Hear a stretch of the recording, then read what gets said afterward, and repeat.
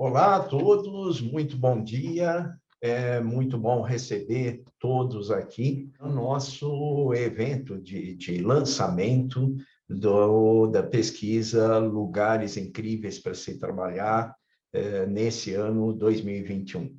É muito importante contar com a presença de todos vocês, é muito importante saber que os profissionais de recursos humanos, os gestores, né, estão interessados em ver como será o desenvolvimento da gestão da RH num ano tão tumultuado, num ano tão atribulado como esse, né?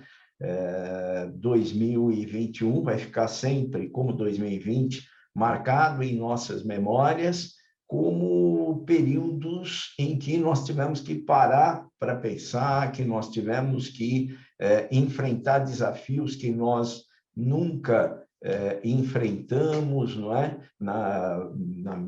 Talvez, na minha geração aqui, seja uma das gerações mais que tem uma experiência maior de vida, e nunca enfrentamos uma situação como essa.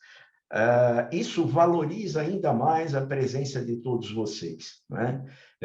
Porque mostra que nós não estamos deixando a vida parar, né?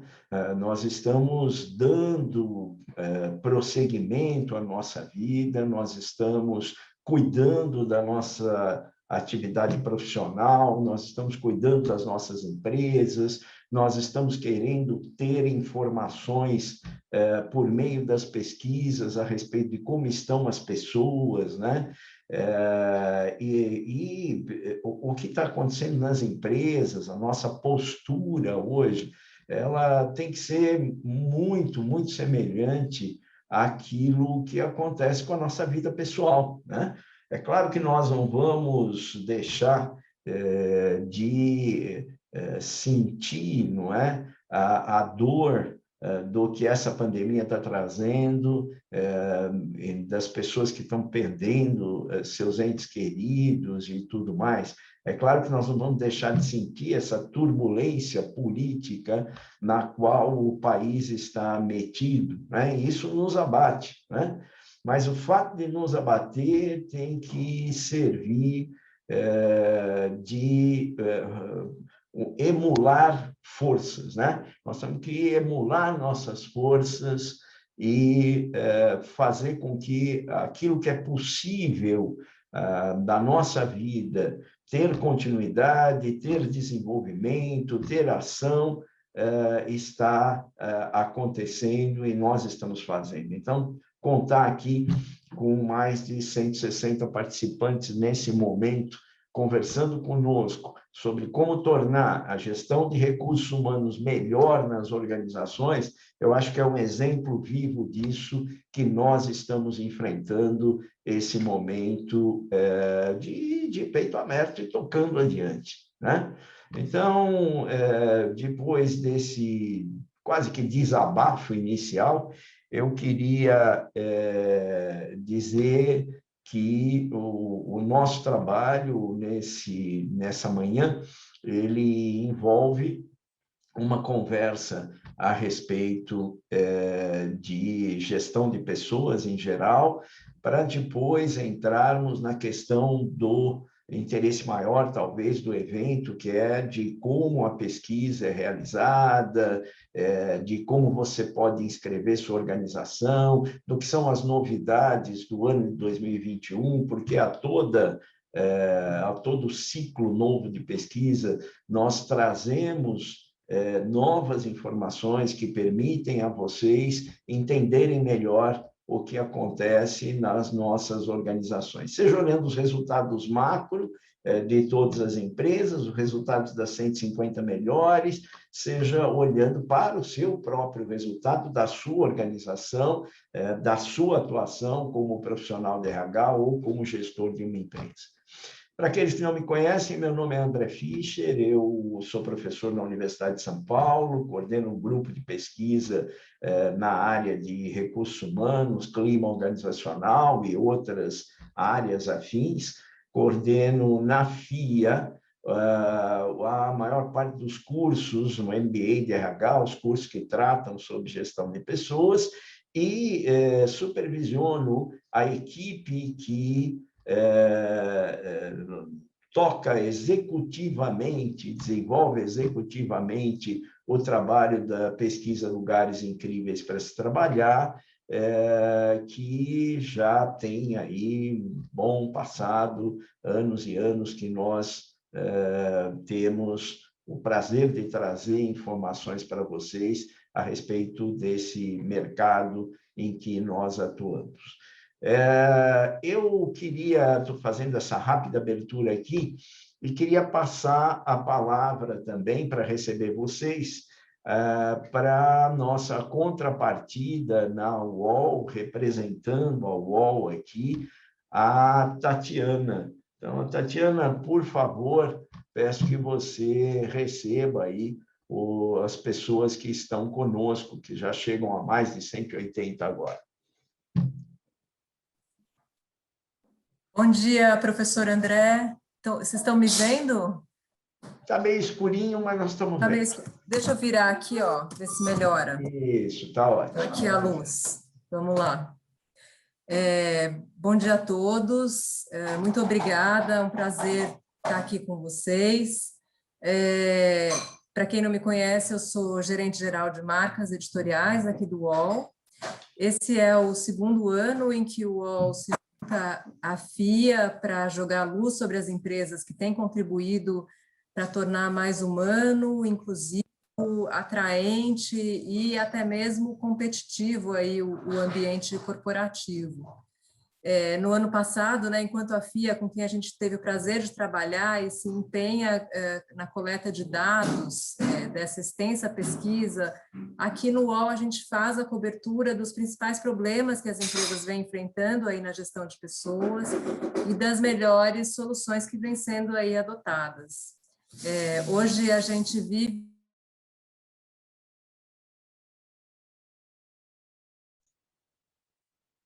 Ficou mudo, Tatiana. Vocês estão me ouvindo? Acho que alguém estou aqui sem querer.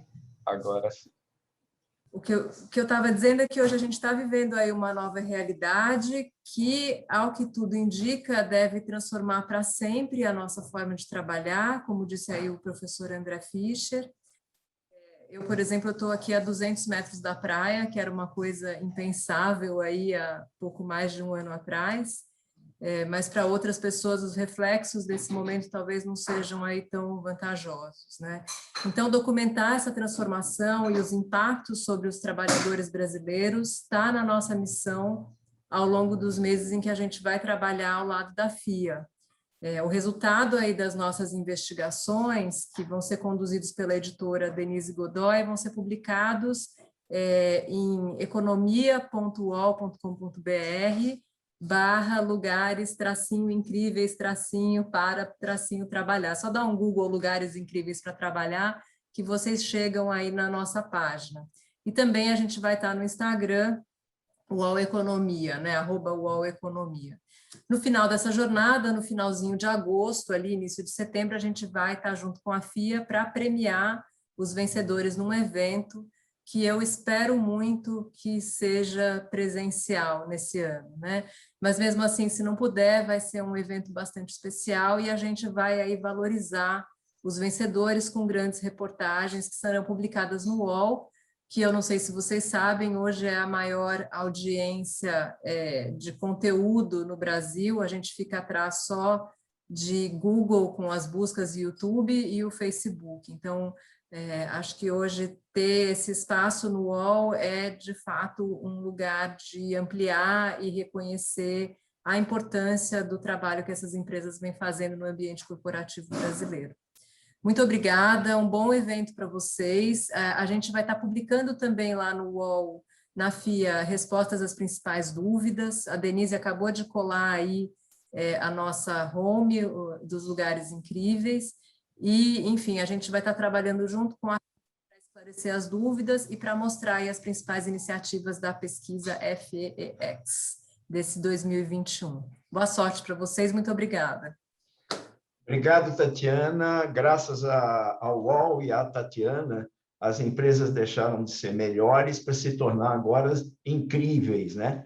Então, nós estamos agora num novo ciclo e a parceria com a UOL tem provocado um desenvolvimento e mudanças tecnológicas, modernização em todo o nosso processo de pesquisa. A gente agradece muito a possibilidade dessa parceria. Tivemos há pouco tempo uma reunião com o Sâmia e do ponto de vista da UOL, esse me parece que também é um projeto que vem tomando força e importância. Então, agradecemos muito. Acho que nós temos muito que trocar e continuar, né, nesse projeto comum. Muito bom, então. Vamos dar início à nossa conversa, né? Num primeiro momento, nós vamos, como eu disse, mostrar alguns dados da pesquisa de 2020, algumas referências da pesquisa de 2020, que pode permitir a todos nós refletir, né, a respeito do que foi, não tanto o momento de pandemia, mas do que foram as mudanças e as novidades que nós pudemos implementar, que tipo de informações elas podem trazer para vocês utilizarem nas decisões internas das organizações de vocês, né?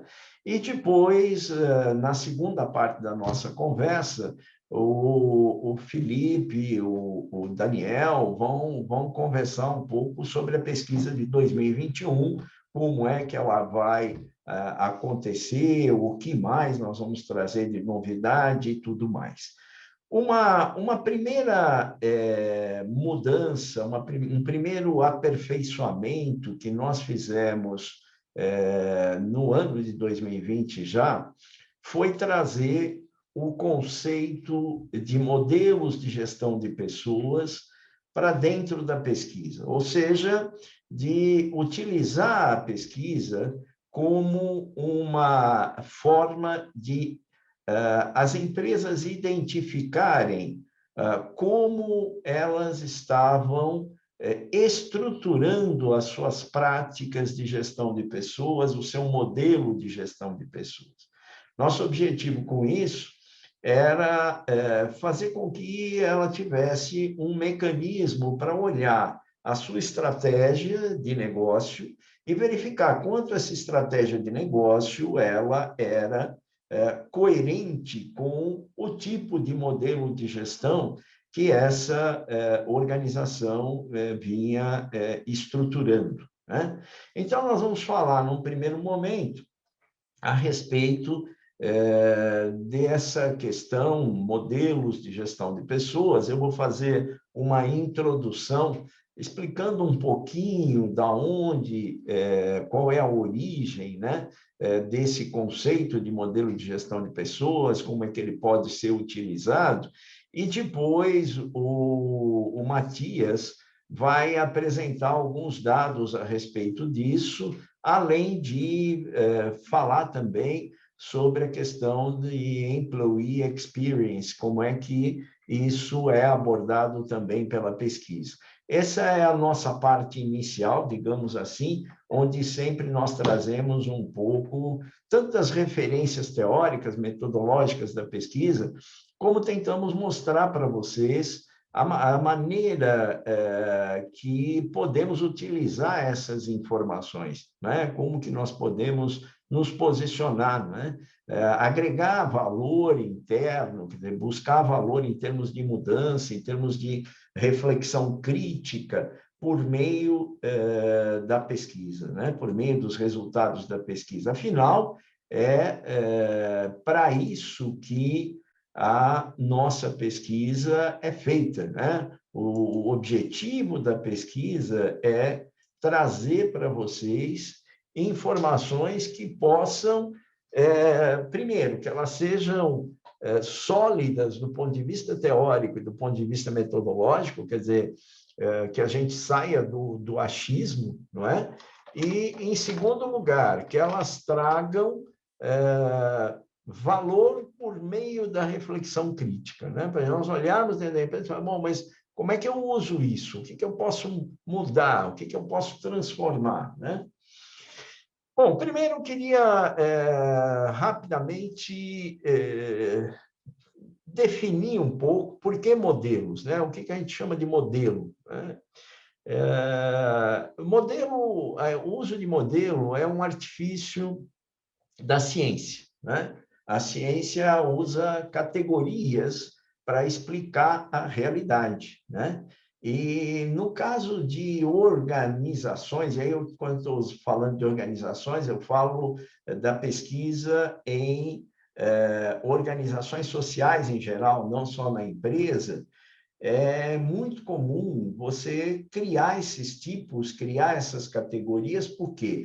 Porque as organizações sociais, né? Uma sociedade, um grupo social, uma empresa, né? Uma instituição, tem uma complexidade muito maior do que outros organismos que são analisados pela ciência, né?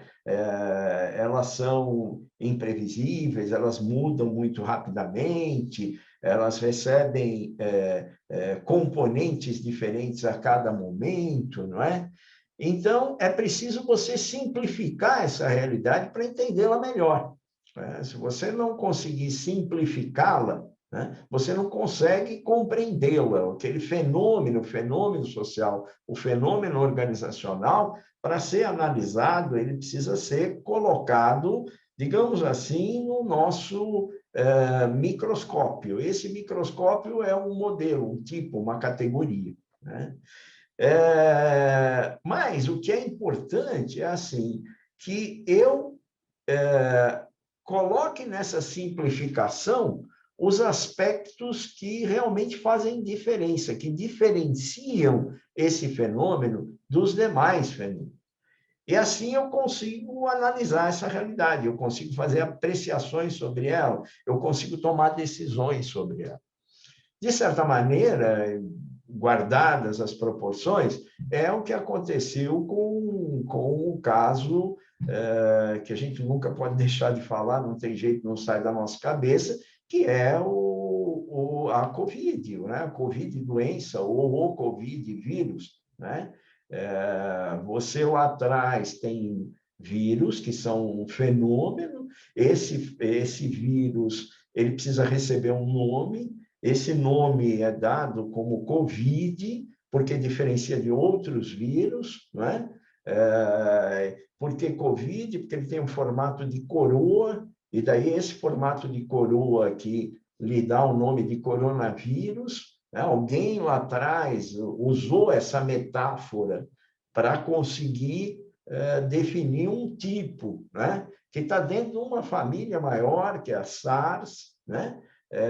Que provoca questões respiratórias agudas, mas chegou lá e criou, olha, esse é um tipo de vírus. A partir disso eu peguei todas as características dele, não, eu peguei as principais, o que ele causa, faz isso, faz aquilo, etc. E aí eu consigo mapear essa realidade e entender essa realidade. Eu estou dando esse exemplo para dizer que também na área de gestão nós precisamos criar modelos. O Porter, lá atrás, criou os modelos de posicionamento estratégico. Não dá para pegar empresa por empresa e definir cada característica que aquela empresa tem, mas eu posso criar um modelo e aquilo funciona meio como uma forma, como um molde, onde, com isso, eu consigo observar quanto diferentes realidades, diferentes empresas, diferentes posicionamentos, eles vão se aproximar mais ou se aproximar menos desse modelo. É isso que nós chamamos de modelo. E nós poderíamos criar, né? E foi o que nós fizemos, e vários outros autores fizeram internacionalmente. Nós aqui no Brasil, lá desde 1992, trabalhamos com isso, de tentar encontrar os modelos que aqui no Brasil, eles, nas nossas organizações, eles acontecem, eles se manifestam, eles são construídos, né? E nós podemos dizer que é possível falar em modelos de gestão desde que eu tenha os principais elementos componentes, né? E é possível eleger os elementos componentes do modelo de gestão de RH. Quais são esses elementos? A governança, como é que se toma decisão em gestão de recursos humanos em diferentes empresas? Você tem empresas onde a decisão de RH é tomada dentro de RH. Você tem empresas onde eu tenho um comitê executivo de gestão de recursos humanos, onde participa o gestor de linha, onde participam, em alguns comitês, inclusive, eu cheguei a participar de alguns deles convidam pessoas externas para participar desse comitê. Ora, essas empresas, inclusive, que tinham um comitê de governança de RH estruturado, que discutia todas as decisões estratégicas de RH, essas empresas se saíram muito melhor na crise. Por quê? Porque você já tinha uma instância de decisão pronta, o comitê de crise estava meio pronto, né? Eu não vou me deter aqui, mas, enfim, um modelo de governança, né? Ou um componente governança, a maneira como a empresa lida com as suas políticas, a maneira como ela estrutura a ação do profissional de RH, né? A maneira como ela estrutura a sua área de RH. Então, é um modelo de consultoria interna, é um modelo departamentalizado, é um modelo matricial. Isso vai definindo as características do modelão em geral, né? E as práticas, claro, dependendo da forma como as práticas são colocadas em execução, eu posso diferenciar modelos de gestão de pessoas e, principalmente, o grande nó, talvez, da gestão da RH, que é a questão dos papéis, né? Qual é o papel do profissional, qual é o papel do dirigente máximo da empresa, né? Não é por acaso que na nossa pesquisa nós falamos sobre o CEO, né? Nós perguntamos para as pessoas, você conhece o CEO, você confia no que ele diz, né? Isso nos dá, para aquelas empresas que querem, né? Nos dá informações sobre gestão de RH, né? Os gestores de linha, quantos gestores de linha realmente participam ou mesmo tomam para si as decisões de recursos humanos. Então, isso vai me dando uma ideia de como esse modelo se caracteriza, falando dos componentes internos, governança, políticas, modelos, práticas, falando dos agentes envolvidos, profissionais de RH, gestores de linha, dirigentes e as próprias pessoas, né? Hoje as pessoas fazem parte do modelo, né? Eu peço para as pessoas criarem um plano de desenvolvimento pessoal, ou elas se engajam nisso, ou esse pedacinho do meu modelo não funciona, né? Olhando tudo isso, é que nós podemos dizer, olha, já sabemos o que é um modelo, né?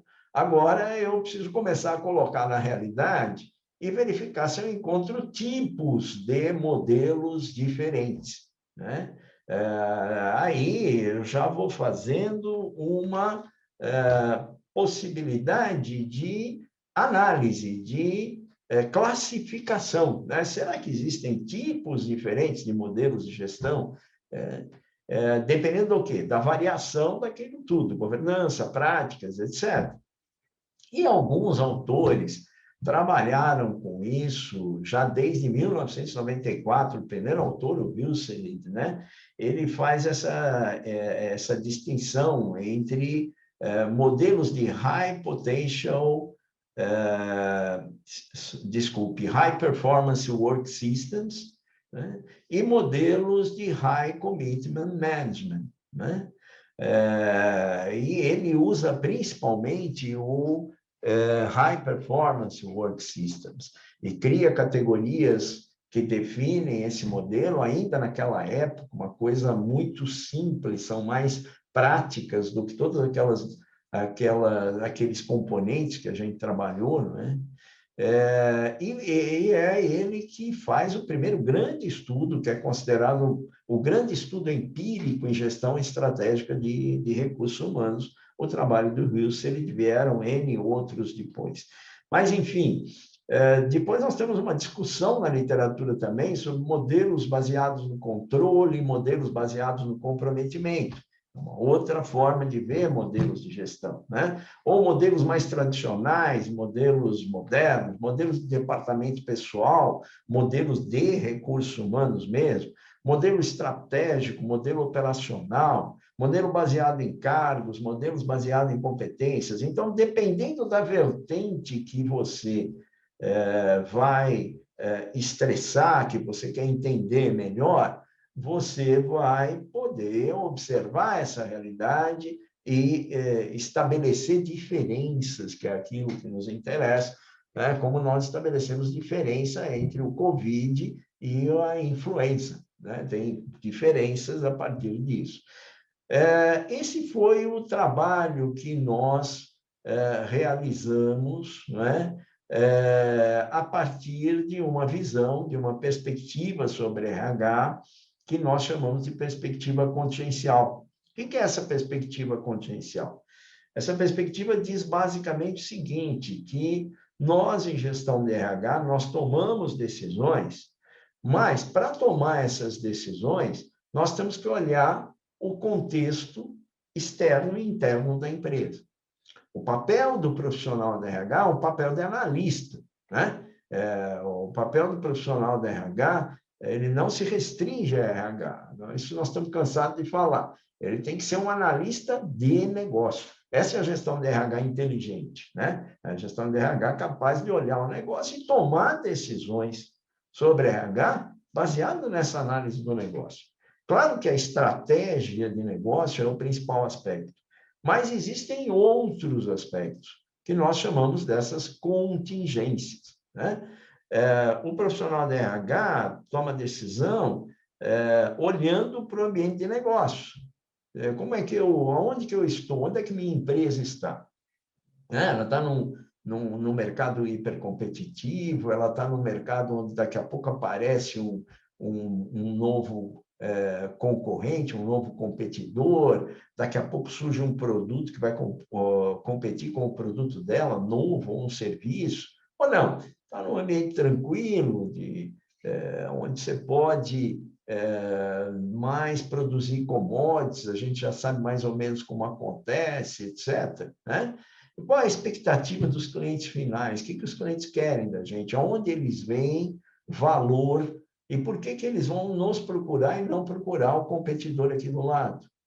Qual a expectativa das pessoas que trabalham na organização? E aqui nós começamos a entrar no nosso tema, né? Porque se eu contrato pessoas mais de uma geração Y, né? Porque eu preciso desse tipo de competência que é mais desenvolvido lá do que em outras. Não, eu preciso de gente mais madura, que me ajude a tomar determinadas decisões que dependem da experiência. Qual a expectativa das pessoas? Elas são diferentes. A tecnologia aplicada ao negócio, né? Nós estamos vendo o que está acontecendo com a tecnologia dentro da RH, inclusive. Hoje é muito difícil falar em RH sem falar de People Analytics, é muito difícil falar em RH sem falar de uso de Big Data, né? A organização do trabalho, como é que as pessoas se estruturam, elas trabalham individualmente, trabalham em grupo, e a estrutura organizacional mesmo da empresa. Uma empresa departamentalizada, ela não suporta determinados modelos de gestão mais avançados. Então, eu tenho que conhecer isso, porque daí, a maneira como a minha governança acontece, as políticas, o modelo, as práticas, vão se adequar a isso. Então, se isso é verdade, né?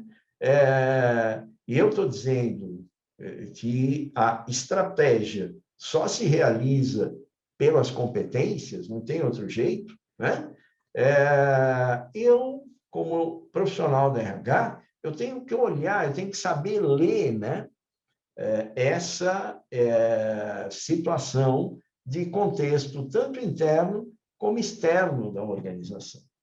Isso do ponto de vista da empresa. Mas quando eu olho a sociedade, quer dizer, quando eu olho o histórico da sociedade, né? Eu estou olhando agora num horizonte mais largo, né? Estou olhando agora historicamente, eu vou percebendo que, ao longo do tempo, esses fatores que nós chamamos de contingenciais, podemos chamar de fatores condicionantes, etc., eles foram mudando e atingindo o conjunto das empresas, e atingindo todas as empresas de alguma maneira, né? E com isso, eles foram produzindo modelos diferentes ao longo do tempo. De novo, esses modelos, eles não são exatamente o que acontece em uma organização, mas o que aconteceu em uma organização.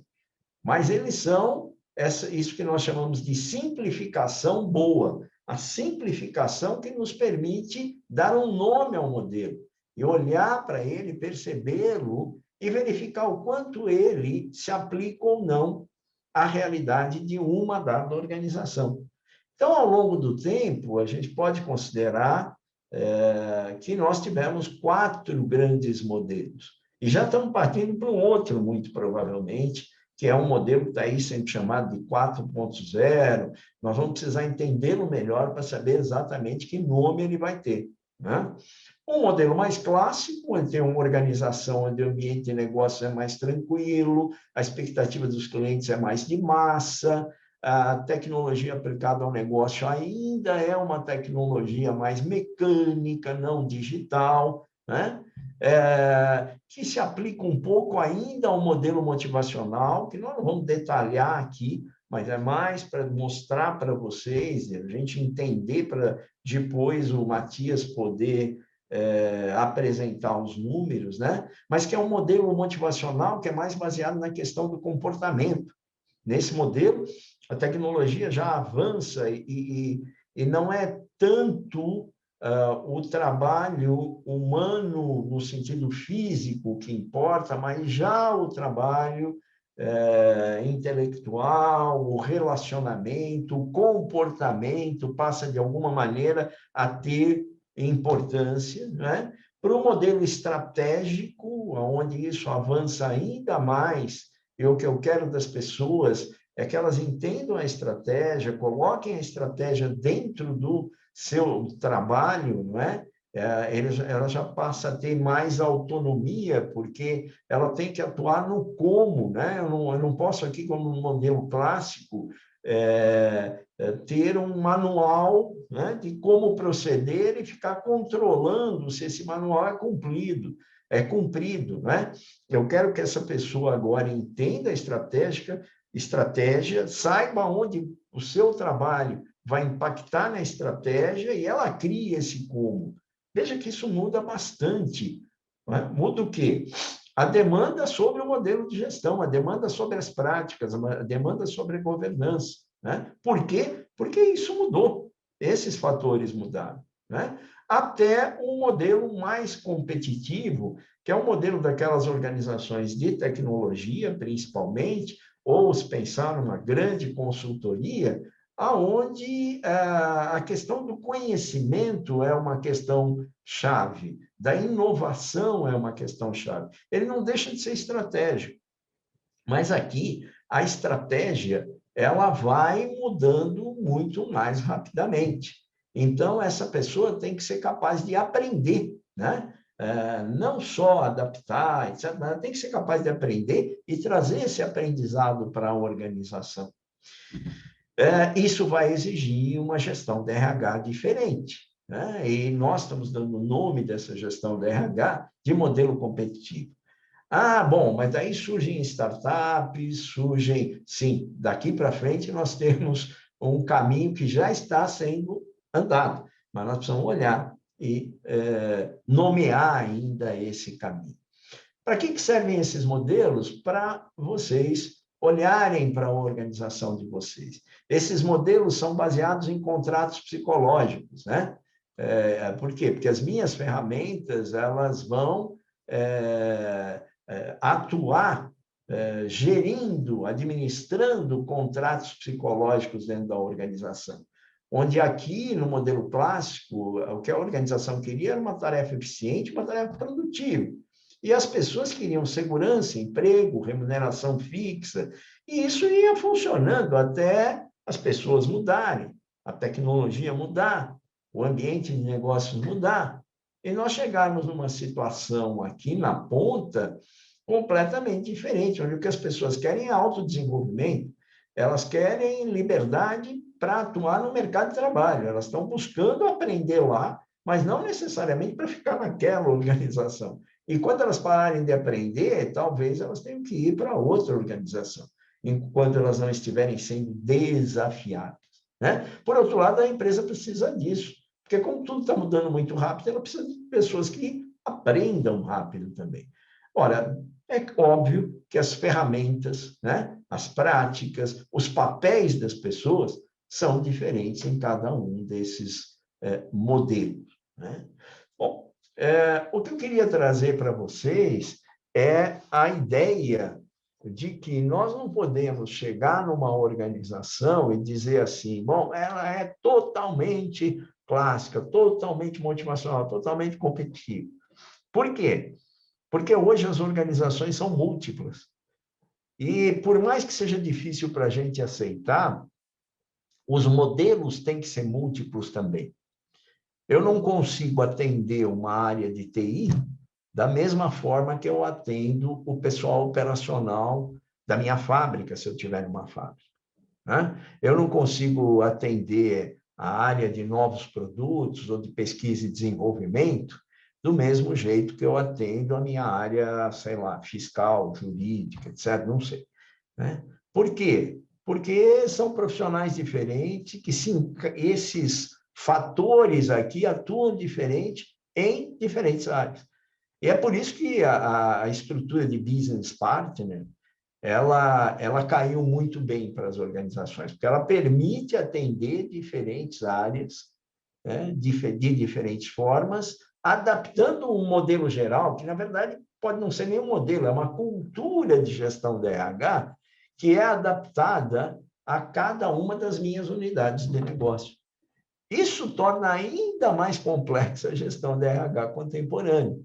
Mas o conceito de modelo, ele ainda dá conta de explicá-lo, se eu não entender esse conceito de modelo de uma forma, assim, absolutamente cartesiana. Olha, ou está nesse modelo ou está naquele modelo.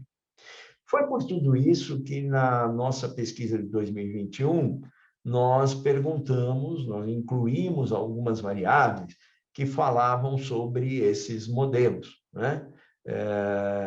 Na expectativa de ter mais informações, foi um primeiro teste, mas na expectativa de trazer mais informações para vocês, né? Como as organizações de vocês se caracterizam utilizando essa, digamos, essa régua, né, dos modelos no momento atual. E é isso que a sua organização precisa. Isso é coerente com esses fatores condicionantes, né? E a estratégia também, mas com esses fatores condicionantes ou não? Porque a questão aqui não é ter o melhor modelo. A abordagem contingencial nos diz, nós temos que ter um modelo que é coerente com as contingências. A ideia de benchmarking, ela continua sendo ótima, importante, etc., né? Mas o benchmarking inteligente não copia e cola uma prática. Ele vai fazer uma adaptação a esses fatores de negócio, desde que, né, eu tenha profissionais que sejam capazes de fazer essa análise. Essa é a mensagem que eu queria trazer, muito para introduzir essa questão dos modelos, e espero que tenha sido claro, foi muito rápida, né? E eu passo a palavra agora para o Matias, para mostrar um pouco como é que ele operacionalizou essas categorias na pesquisa de 2020. Obrigado aí a todos vocês e nós vamos continuar juntos aqui. Vou continuar acompanhando vocês. Até já.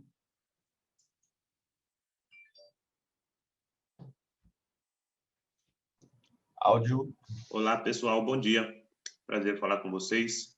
Então, o professor André trouxe para a gente o conceitual dos modelos de gestão de pessoas e o nosso objetivo agora, com os dados que a gente vai mostrar a seguir, é posicionar para vocês como foi a captação dessas informações dentro da pesquisa dos lugares incríveis no ano de 2020.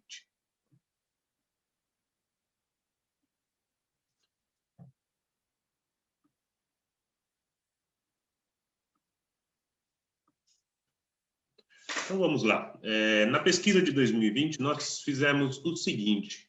Com base nos 4 modelos de gestão de pessoas que o professor André Fischer nos trouxe, nós perguntamos para as empresas, segmentando essas informações por tipo de local de trabalho, para coletar essa informação segmentada pelos diferentes modelos de gestão de pessoas que podem coexistir dentro da organização, como que as empresas atuavam na parte de produção e fábrica, né? Como que eles atuam na parte de escritório, ambiente corporativo, no atendimento aos consumidores e nos serviços externos. Então, foram 4 captações diferentes, 4 modelos de gestão de pessoas coexistindo dentro da organização, eventualmente, e segmentando essas informações entre o modelo clássico, motivacional, estratégico e competitivo. E quais foram nossos achados com base nesses dados, nessa informação inicial? Que nós temos entre os lugares incríveis, de fato, um percentual de empresas que já conseguem formular um modelo de gestão de pessoas no estágio competitivo bastante elevado, né, entre os diferentes tipos de local de trabalho, até mesmo no ambiente fabril de produção, temos um percentual elevado de 23% das empresas que já atuam no modelo competitivo, e principalmente no ambiente de escritório também 36%, percentual ainda mais alto. Por outro lado, lá no modelo clássico, onde a gente tem um percentual menor de empresas nos 4 tipos de local de trabalho, a gente observa até que na parte de serviços externos, nenhuma das empresas marcou para a gente ainda figurar no modelo clássico de atuação. Existe uma grande diferenciação entre o estágio de desenvolvimento desses modelos nos lugares incríveis quando a gente compara com as empresas não classificadas também. Então, a gente observa nesses 2 blocos. Aqui são os lugares incríveis. Desse outro lado, temos as empresas que participaram do processo, mas não se classificaram entre os lugares. E lá nós temos principalmente o modelo clássico ganhando um peso bastante forte, né? O modelo de atuação nos escritórios, 42% das empresas trouxeram para a gente um estágio de desenvolvimento no modelo clássico. Então, temos aí uma clareza grande entre a diferenciação entre as empresas classificadas e não classificadas. A gente sabe que outros aspectos influenciam aqui também nessa classificação. De fato, essas questões nem tiveram uma pontuação na pesquisa, mas elas refletem como que o nível de desenvolvimento das áreas de gestão de pessoas é bastante diferente entre esses 2 grupos de organização e como um avanço nesses diferentes modelos de gestão de pessoas, entendendo sempre as diferenças entre esses locais de trabalho, entre os diferentes modelos que podem coexistir na empresa, mas como um avanço nesse modelo pode trazer também um nível de autonomia e um nível de coexistência entre as diferentes áreas dentro da organização para um modelo de gestão mais avançado e com uma gestão de pessoas mais bem estruturada. Então, essa é a nossa primeira mensagem sobre os dados dos lugares incríveis sobre os modelos de gestão de pessoas. E a partir dessa pergunta, que foi uma pergunta inicial que a gente fez para mapear os modelos, nós fizemos outras 13 perguntas para mapear os diferentes processos de gestão de pessoas e ter um modelo mais claro, mais evidente de como que as empresas se diferenciam entre esses modelos quando a gente fala sobre a atuação da liderança, quando a gente fala da atuação em remuneração ou da participação e autonomia dos funcionários. Isso foi mensurado também na pesquisa do ano passado em 13 diferentes questões. Então, com isso, a gente tenta entender tanto a coexistência entre os modelos, mas também a coerência entre as práticas, o quanto a gente atua de num modelo competitivo, por exemplo, quando a gente fala da liderança e como que isso vai se refletir depois quando a gente vai abordar um modelo mais estratégico, mais clássico, motivacional, quando a gente fala das pessoas. Esse era um outro objetivo para a gente nesse estudo, entender a coerência entre as práticas e os modelos adotados. Então, o primeiro exemplo nesse sentido é o seguinte: nós temos aqui 2 dados diferentes. Uma vez quando a gente pergunta como é o o desenvolvimento do principal papel das lideranças nos lugares incríveis, de acordo com os modelos de gestão de pessoas. Nós temos aqui entre os nossos dados que controlar as pessoas para que eles tenham uma entrega baseada em padrões pré-estabelecidos é um padrão bastante ou pouco frequente entre os lugares incríveis, né? A gente observa principalmente nos escritórios e no atendimento ao consumidor, só 6% das empresas nos trouxeram esse cenário. Mas, do outro lado, quando a gente pergunta como que é definido o papel das pessoas e a liberdade delas para influenciar na atuação, na adaptação das suas tarefas no dia a dia, observamos que os funcionários são alocados em funções especializadas, então, ao contrário do que a gente está falando aqui, num percentual muito mais elevado, principalmente aqui no atendimento ao consumidor. Então, esse equilíbrio entre o que a gente está falando em um sentido no papel do gestor, nesse caso, e depois no papel das pessoas, é importante, justamente o professor André Fischer trouxe para a gente o quanto que o contrato psicológico ele está sendo abordado nessa questão de modelo de gestão de pessoas. Se eu prometo para o funcionário um nível de autonomia mais alto, quando eu falo da liderança, eu preciso também trazer isso para os funcionários no dia a dia, na liberdade para adaptar suas tarefas.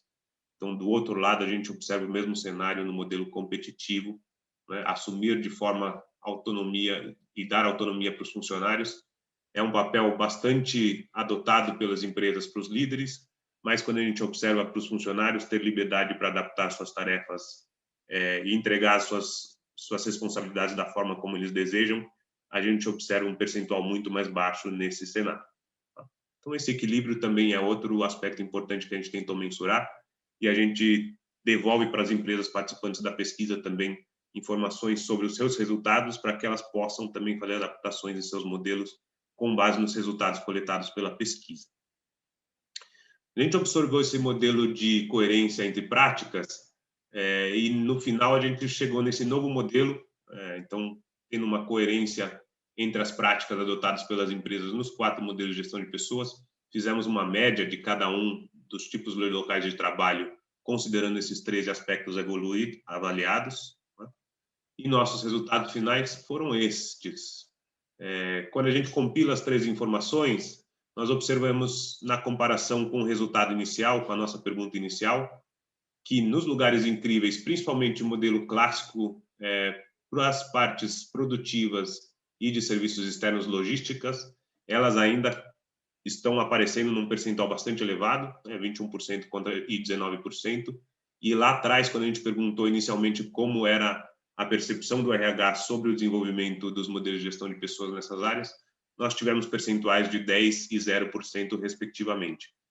Então, aqui a gente está vendo que também é necessário uma clareza maior das empresas, de fato, nas diferentes práticas de gestão de pessoas, como que ela está atuando. Às vezes a gente atua de uma forma pensando que está coerente com o que a gente está prevendo em outros modelos de gestão de pessoas, em outras etapas das práticas de gestão da nossa empresa, mas, de fato, existe um descompasso entre algumas práticas que vale a pena serem revistas. E lá nas empresas não classificadas, a nossa maior diferença a gente observa no ambiente corporativo, em que as empresas até, de fato, atuam em modelos de gestão de pessoas mais avançados do que a gente observou lá atrás. Então, na pergunta inicial, nós tivemos um percentual de 42% das empresas dizendo que atuam ainda no modelo clássico para o escritório corporativo, mas, de fato, aqui a gente vê os percentuais são mais altos nos modelos mais avançados de gestão de pessoas. Então, a clareza para as empresas não classificadas, às vezes, também não é tão grande. Isso interfere, claro, na forma como a gente vai construir o modelo como um todo e como que as diferentes estratégias nos diferentes tipos de local de trabalho vão coexistir dentro da organização também.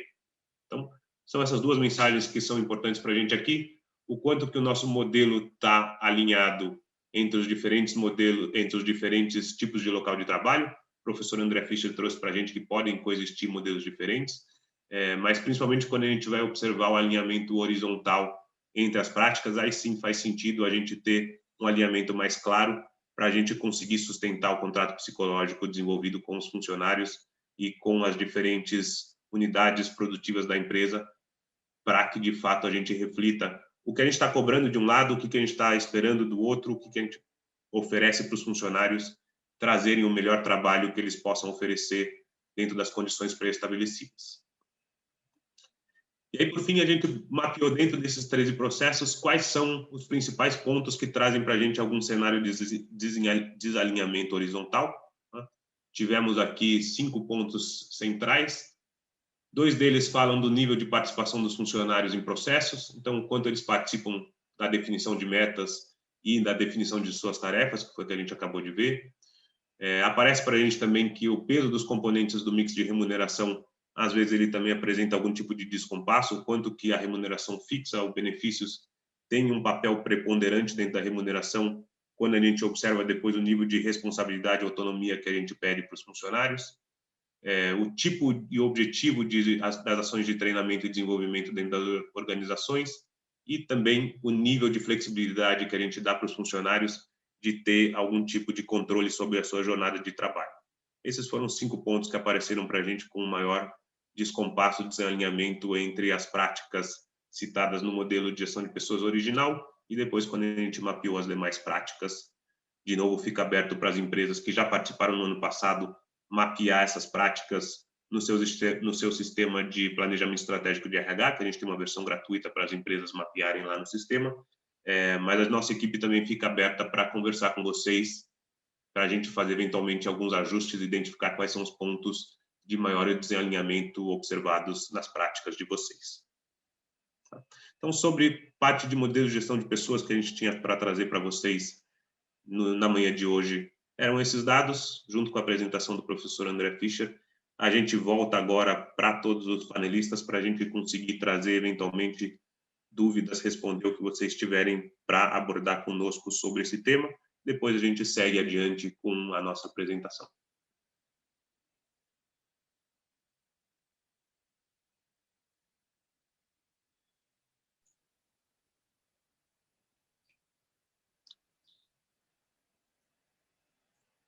Se alguém tiver alguma dúvida, não sei se Fernando ou Nayara tem alguma coisa mapeada do que já apareceu, a gente aguarda uns 2, 3 minutinhos e depois a gente segue para a parte de Employee Experience.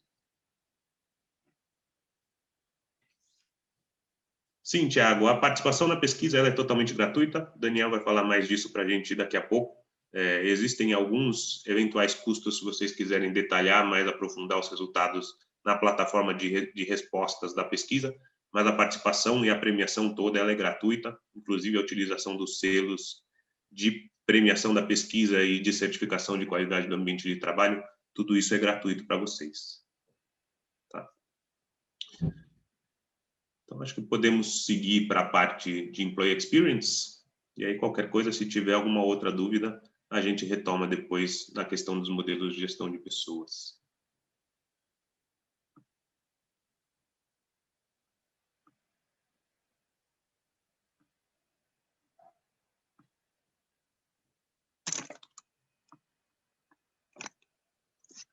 Então, o segundo bloco de dados que nós gostaríamos de trazer para vocês no dia de hoje vai falar sobre Employee Experience, né? Nossa nova metodologia tem esse novo componente dentro dela, o nome da nossa pesquisa, FIA Employee Experience, traz esse até como um componente principal da nossa pesquisa, e nós gostaríamos de devolver para vocês um pouco do que a gente coletou nesse sentido, nesse último ano, principalmente baseado nas nossas questões de satisfação dos funcionários com os processos de recursos humanos.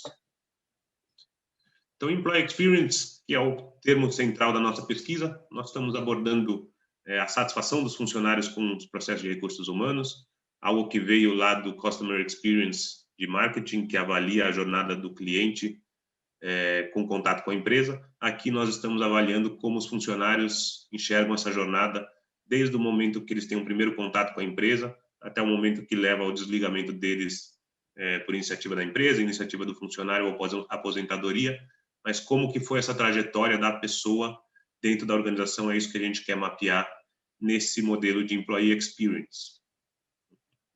E quando nós falamos de Employee Experience, algumas características importantes falam para a gente sobre como a gente vai avaliar essa jornada, né? O processo completo da jornada, como a gente falou. É importante a gente ter sempre uma mensuração constante sobre o processo. O que a gente vai utilizar na pesquisa dos lugares incríveis é uma ferramenta muito interessante, mas é importante também as empresas terem sempre uma mensuração de outros instrumentos no dia a dia para conseguir ter um acompanhamento mais claro, mais diário e próximo desse modelo. A gente sabe que, num momento de pandemia como esse, de maneira geral, muitas empresas têm mudanças bastante rápidas, que uma mensuração anual, às vezes, para um modelo de Employee Experience pode não ser suficiente. Então, utilizar outras ferramentas para mensuração é importante também. Employee Experience também está bastante ligado a uma questão de processos tecnológicos. Nós vimos nos modelos de gestão de pessoas como a tecnologia ganhou força dentro de recursos humanos e trazer essa aplicação da tecnologia para facilitar a vida dos funcionários, principalmente a relação entre funcionário e recursos humanos nesse sentido, é bastante importante para a gente avançar no quesito de Employee Experience também. E muitos autores dizem para a gente que ter uma proposta de Employee Experience alinhada à de Customer Experience é algo que faz bastante sentido. Então, empresas que investem no contato com os clientes mais voltado para a tecnologia, é interessante trazer esse conceito para os funcionários também. Quem atua de forma mais consultiva, mais individualizada para os clientes, também faz sentido trazer essa visão, essa experiência para os funcionários. Então, ter essa coerência ajuda para o funcionário conseguir expor isso depois também, quando ele tiver na atuação com seus clientes, com pessoas para fora da organização, da mesma forma. Na nossa pesquisa, nós avaliamos 22 processos de recursos humanos, foi a forma como a gente avaliou essa jornada dos colaboradores, e a ideia era entender quão prazerosa ou como que foi esse contato das pessoas com os processos de recursos humanos, mapeando e dividindo eles em uma trajetória de jornada do colaborador dentro da organização. Para isso, a gente estabeleceu dentro da pesquisa uma jornada do colaborador. Ela traz para a gente esses 22 processos desde antes da chegada dos funcionários, quando a gente avalia a experiência deles com os processos de recrutamento externo e seleção, até lá no momento de saída, pouco antes disso, a gente coleta as informações sobre a preparação dos funcionários para a aposentadoria. Então, todo esse ciclo está exposto aqui dentro da pesquisa. A gente vai trazer dados sobre todos esses aspectos mensurados na pesquisa do ano passado. Para isso, a gente vai segmentar essas informações em 7 blocos diferentes. Primeiro, a gente vai falar dos processos iniciais, do primeiro contato do funcionário com a organização. A gente fala de recrutamento externo, onboarding, e para alguns funcionários a parte de trainee e estagiários. Depois, nós vamos passar por processos transacionais e o que a gente tem em contato maior no dia a dia. Então, remuneração, benefícios, controle de jornada e parte de treinamento e desenvolvimento. No bloco de carreira, nossos dados vão passar pela avaliação de desempenho, pelo PDI, recrutamento interno e indicação de candidatos. Depois, nós vamos para a parte de canais de comunicação. Estamos falando de comunicação do RH com os funcionários, seja por meio de intranet ou outros canais como aplicativos e novas formas que estão sendo desenvolvidas nos últimos anos. Ouvidoria e canais de sugestões. Sobre equilíbrio entre vida pessoal e profissional, nesse ano bastante em alta o home office, qualidade de vida, assistente social e saúde são os blocos que nós vamos abordar nesse tópico. Temos aqui alguns outros processos na parte de clima organizacional, voluntariado e festas e eventos, e depois a gente vai para o momento de saída dos colaboradores, falando de preparação para a aposentadoria, mas a gente vai trazer também alguns dados falando sobre como os funcionários se enxergam no momento de saída. Alguns funcionários que já têm uma perspectiva de carreira mais curta dentro da empresa, nós também trouxemos alguns dados nesse sentido para vocês. E a mensuração desse processo, como que ela aconteceu dentro da pesquisa? Nós tivemos 22 perguntas que mensuravam, na visão do funcionário, como você avalia a sua experiência com os seguintes processos de RH, e aí vinha uma listagem com os diferentes processos listados na nossa metodologia. E a avaliação tinha essa escala de 5 pontos, 3 deles avaliando de fato a experiência, diferenciando entre uma experiência ruim, neutra ou boa. Perguntamos também para os funcionários se eles conhecem a prática, mas eventualmente nunca usaram. Existem alguns casos que esse percentual aparece com um volume mais alto de resposta. E depois também a gente queria conhecer e usar no nosso processo de auditoria da pesquisa se algumas empresas eventualmente não têm essas práticas. Também temos essa informação na visão do funcionário. Nosso primeiro dado, trazendo a média de satisfação das pessoas com os 22 processos, trouxe para a gente que um percentual alto de pessoas tem uma avaliação positiva média do retorno do RH nos processos. Então, 65% é a nossa média de satisfação com os processos de recursos humanos nos lugares incríveis. E nas empresas não classificadas, essa média cai para 47%. Então, já existe uma diferenciação média aqui entre empresas classificadas e não classificadas. Mas a gente vai focar aqui hoje, principalmente na experiência dos lugares incríveis, trazendo como foi essa jornada dentro da pesquisa. Então, quando a gente fala do primeiro contato dos funcionários com a organização, temos avaliações positivas do processo de recrutamento externo e do processo de integração, né, estão ali para a gente acima da média. Programa de estágio trainee está ali em 55%, um pouquinho abaixo, mas nesse caso, principalmente, faz mais sentido a gente observar esses dados especificados por alguns grupos menores. Então, para a parte de recrutamento externo e parte de integração, nós temos aqui os dados comparativos das pessoas que estão têm até um ano de casa, e a gente tem uma perspectiva ainda mais positiva aqui na avaliação deles, uma satisfação de 85% com recrutamento e seleção, 79% nos processos de onboarding. A gente sabe também que a expectativa das pessoas ela varia de acordo com o tempo que ela está dentro da organização. Então, mesmo nos dados de clima organizacional, nós temos normalmente uma curva de tempo de casa que traz uma satisfação mais positiva dos funcionários quando entram na organização, e essa expectativa cai ao longo do tempo até chegar no momento de avaliação da pessoa sobre a sua permanência na organização, quando a partir dali ela vai muitas vezes avaliar se ela muda de empresa, muda de carreira, ou se ela vai continuar nessa trajetória, e aí normalmente esses índices tendem a subir de novo. Então, nesse cenário, é normal para a gente observar uma satisfação mais positiva nesses processos iniciais que a gente está vendo, mesma coisa lá com os estagiários e trainees, mas o importante para a gente é conseguir fazer um processo de contato inicial das pessoas com a organização que perdure o maior tempo possível, que eles tenham uma satisfação prolongada dessas iniciativas, que a gente busque não deixar com que a queda da satisfação e também da motivação seja tão abrupta. Em algumas empresas isso acontece mais cedo, outras conseguem prolongar essa perspectiva para maior tempo. Os processos do dia a dia, processos transacionais, todos eles foram avaliados com uma nota bastante positiva. Então, a gente até não vai se aprofundar tanto neles, mas isso mostra para a gente como as empresas dos lugares incríveis conseguem rodar muito bem o básico. Isso já ajuda muito na avaliação positiva das empresas como um lugar incrível para se trabalhar. Fazer o básico bem feito, muitas vezes, já é uma tarefa bastante dura. Empresas com um grande contingente operacional e um quadro de funcionários, temos empresas com até 90 mil pessoas dentro da organização da pesquisa. Já é um desafio muito grande rodar só o básico. Então, pagamento, benefícios, jornada de trabalho e cursos, temos aqui avaliações bastante positivas.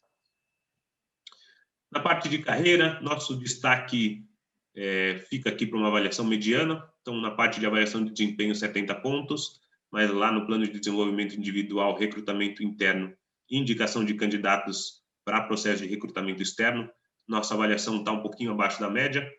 E nesse quesito, nesse plano de carreira e desenvolvimento, nós temos sempre que dar um destaque bastante importante para a importância do feedback dentro desse processo.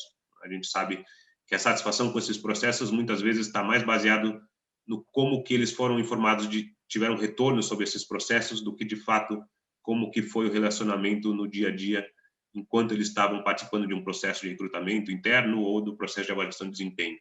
Dá um retorno sobre a avaliação, dá um retorno sobre o processo de recrutamento, auxiliar os funcionários a criar o plano de desenvolvimento e depois que eles tenham o apoio da empresa para colocar ele em prática, muitas vezes é até mais importante. E para ilustrar isso, a gente trouxe esse dado que é o seguinte. Nessa tabela, nós temos a diferenciação da satisfação dos funcionários com avaliação de desempenho, segmentada pela nota que o funcionário nos informou sobre o resultado da sua última avaliação de desempenho. A gente está vendo que, de fato, como esperado, a gente tem uma avaliação média das pessoas de satisfação mais alta entre as pessoas que tiveram uma nota mais positiva, mas o que chama mais atenção para a gente é o seguinte: mesmo as pessoas que tiveram uma avaliação abaixo da média, que normalmente tem uma satisfação mais baixa, eles ainda assim têm uma satisfação, uma percepção mais positiva sobre esse processo do que quem não foi informado sobre os resultados. Então, muitos desses processos de recursos humanos, quando a gente não consegue entregar para os funcionários um retorno, não consegue fechar o processo que a gente iniciou, a gente tem depois uma avaliação mais crítica do que esperado, e daí nesses casos muitas vezes até é melhor não ter esse processo do que não conseguir finalizar, não conseguir devolver de forma estruturada os resultados para os funcionários, que gera uma frustração no contato com a empresa.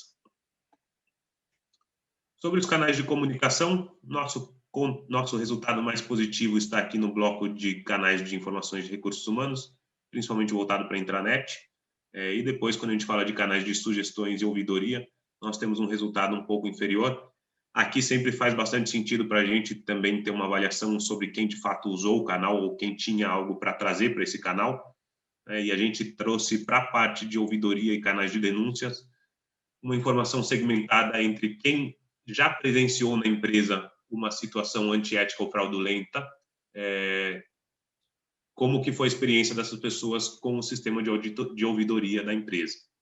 Então, nós temos, de fato, uma perspectiva, uma satisfação mais alta das pessoas que não tiveram um contato com a ouvidoria do que quem já teve. Na verdade, quem já participou, já teve algum contato com uma atuação antiética do que quem não teve. Nós observamos que o não tem uma satisfação média de 60% contra 45% para quem já presenciou alguma situação como essa na empresa.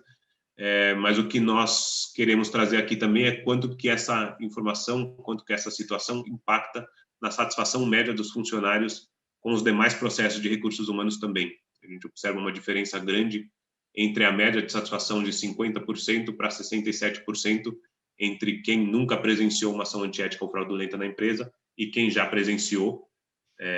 A gente destaca esse dado principalmente porque, em outra informação coletada na nossa pesquisa, 28% dos funcionários informaram que a falta de ética seria um eventual motivo que levaria eles a pedir demissão da empresa. Esse é o principal fator informado pelos funcionários na pesquisa. Então, a eventual falta de ética é algo que tem uma influência muito grande nos funcionários e ter uma importância grande para esse canal, ter uma devolutiva para os funcionários sobre o que aconteceu, sobre como que essa denúncia muitas vezes foi apurada, é muito importante para a satisfação do canal e com a satisfação do funcionário com a empresa como um todo também.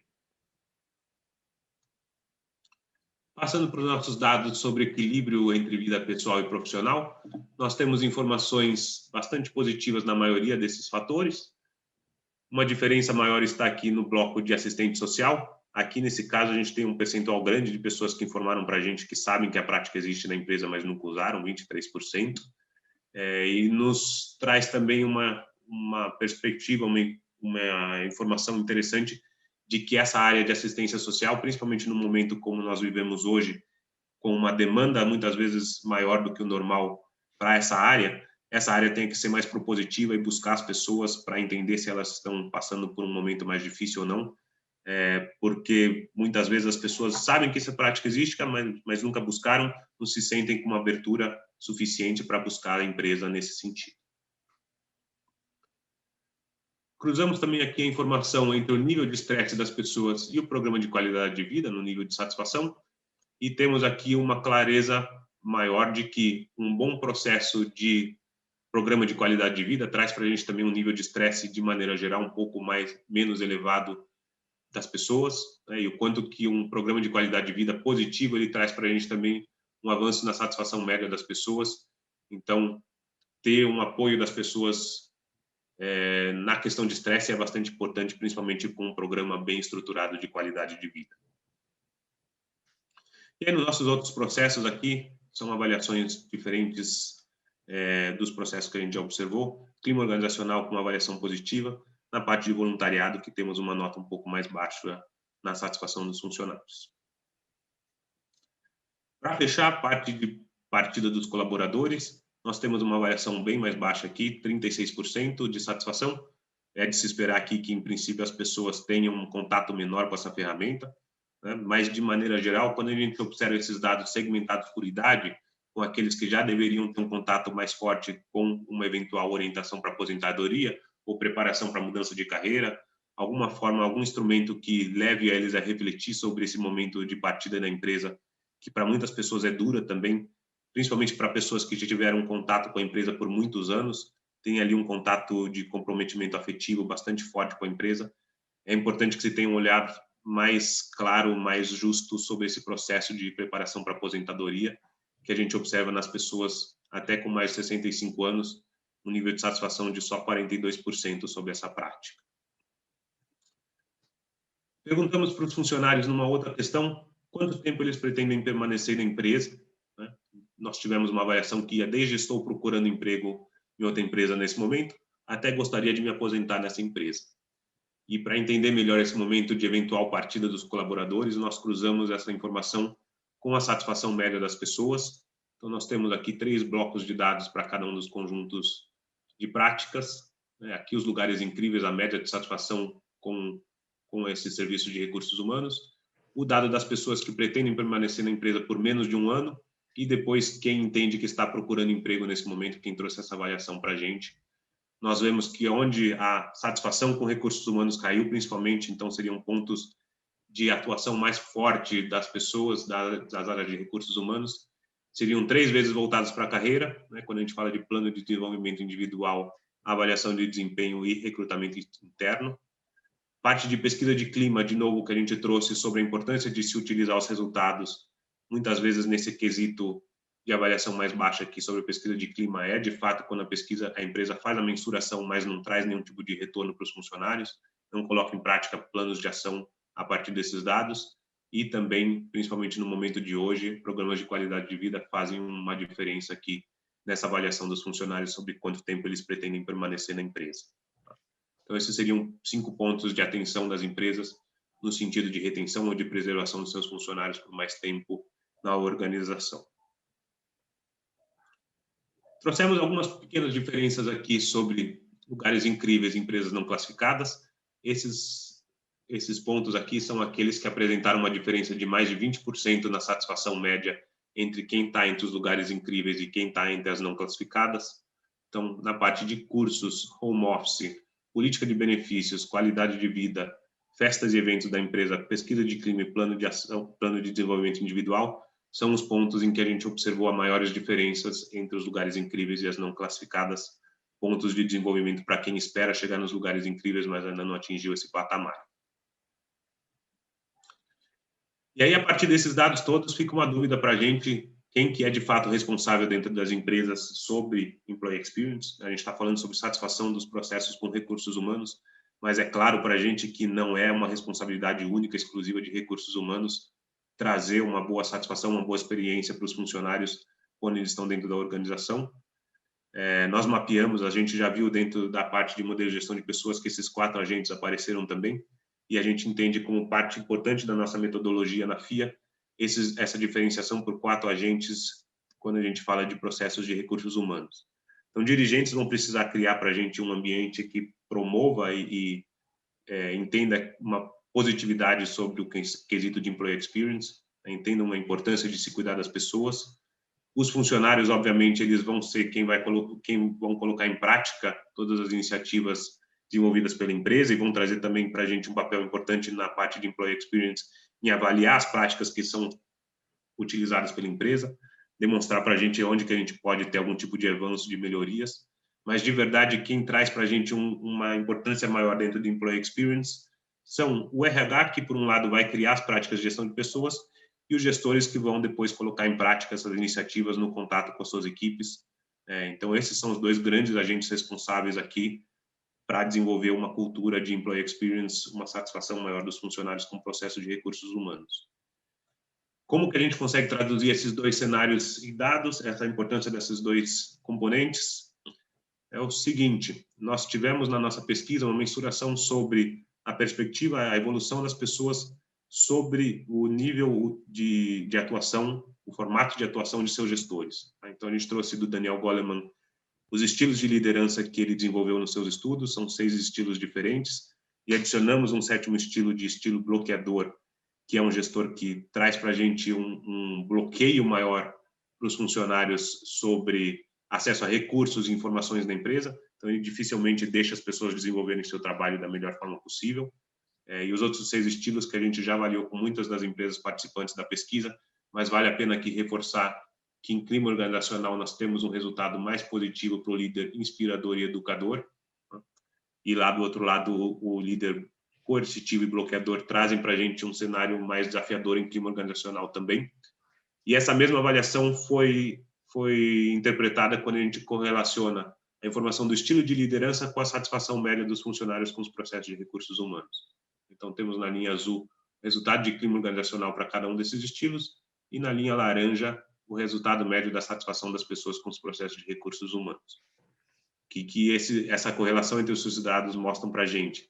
Que, de fato, por mais que o processo seja de recursos humanos e tenha sua origem na construção de processos desenvolvidos pela área de gestão de pessoas, colocar eles em prática muitas vezes também está relacionado ao papel do gestor, e a forma como ele atua no dia a dia com as suas equipes vai trazer também um impacto importante sobre essa satisfação com o processo de RH.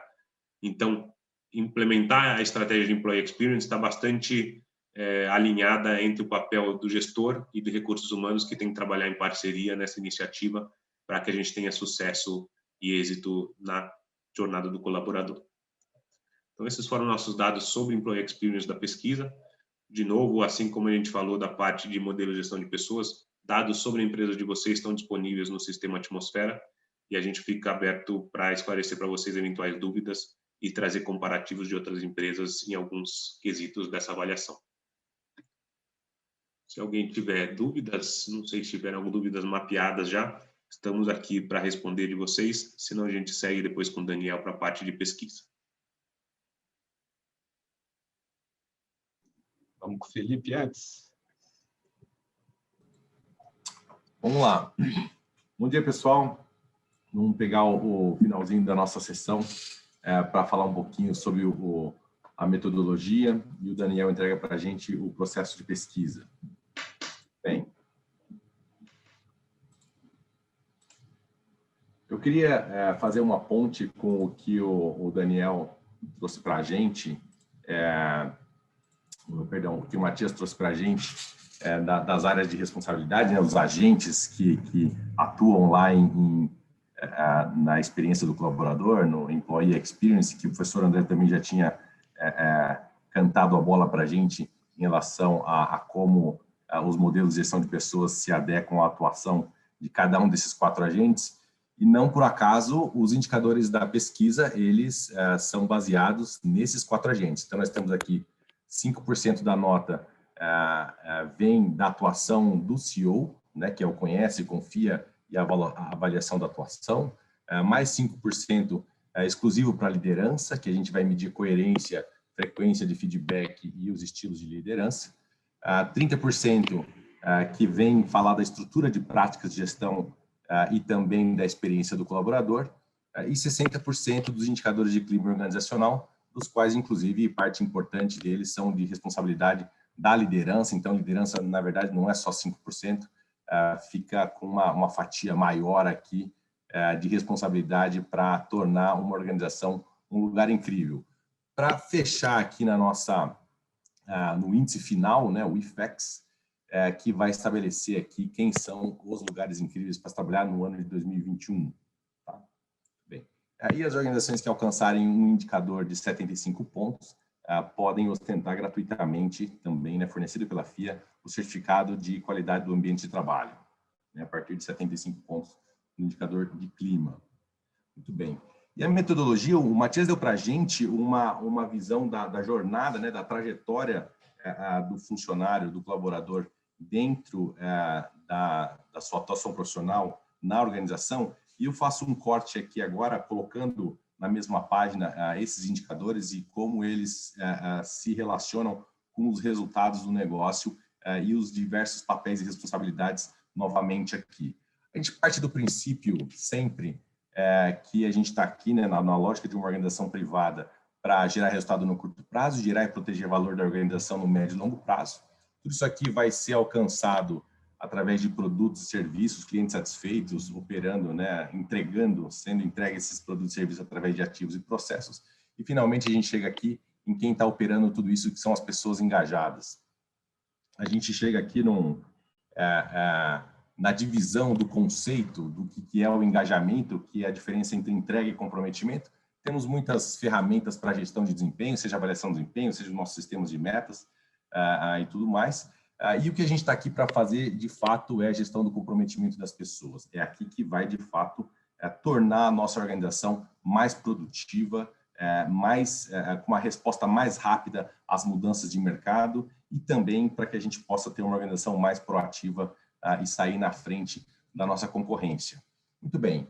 E a gente faz essa gestão do comprometimento de 2 formas. Uma inerente à existência da organização, né, que é o suporte organizacional dado. a partir da atuação do CEO, da liderança local, né, do gestor de linha, como o professor André colocou para a gente, e da estrutura de práticas de gestão. Isso aqui é percebido como o suporte organizacional. E, de outra forma, pegamos aqui os indicadores vindo das pessoas para fazer gestão de clima organizacional. Cada um, eu sei que a letrinha está pequena aqui, mas cada um na sua área de responsabilidade, inclusive pegando aqui o nível de maturidade das empresas em como atuar nesse processo. E a metodologia ela é complementada aqui com os aspectos de diversidade e inclusão, né, olhando para cada um na sua individualidade, motivo e intenção de permanência das pessoas na organização, nível de endividamento, que também é um aspecto bastante importante aqui,